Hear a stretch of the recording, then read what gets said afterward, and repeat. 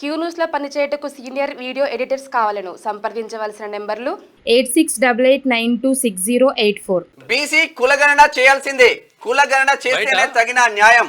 ఏదో రిలీజ్ ఉన్నది. రాహుల్ గాంధీ మాట ఇచ్చిండంటే శిలాశాసనమే.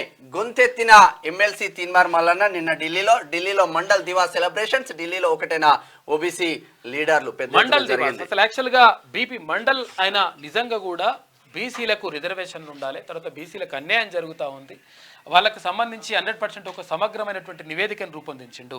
ఆ నివేదికని అమలు చేయడానికి అక్కడ అప్పుడున్నటువంటి ప్రధానమంత్రి విపి సింగ్ ప్రయత్నం చేసిండు. అయితే 100% వీటిని అమలు చేయాలి, తర్వాత బీసీలకు అన్యాయం జరుగుతూ ఉందని చెప్పేసి గతం నుంచి ఇవన్నీ కూడా వచ్చినాయి.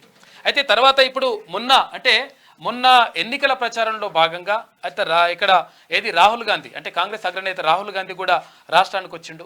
రాష్ట్రానికి వచ్చినప్పుడు 100% కులగణన చేస్తాం, తర్వాత బీసీలకు అత్యధికంగా ఉన్నటువంటి బీసీలకు మేలు జరిగే విధంగా కూడా చేస్తామని చెప్పేసి గతంలో ఆయన ప్రకటించిండు.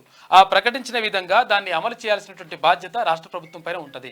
కాబట్టి 100% బీసీల విషయంలో బీసీలు కాన్స్టిట్యూషనల్లీ అన్టచబుల్ అని కాకుండా 100% వాళ్ళకు న్యాయం చేయాల్సినటువంటి బాధ్యత ప్రభుత్వం పైన 1000% ఉంటుంది.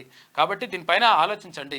లేకపోతే ఇప్పుడు ఏంటంటే ఎవరేం చేస్తారులే, బీసీలు ఏం చేస్తారులే, వీళ్ళు ఒక్కటిగా ఉండరులే అని చెప్పేసి అటువంటిది మాత్రం ఎట్టి పరిస్థితుల్లో కరెక్ట్ కాదని చెప్పేసి చాలా మంది నిపుణులు అంటా ఉన్నారు.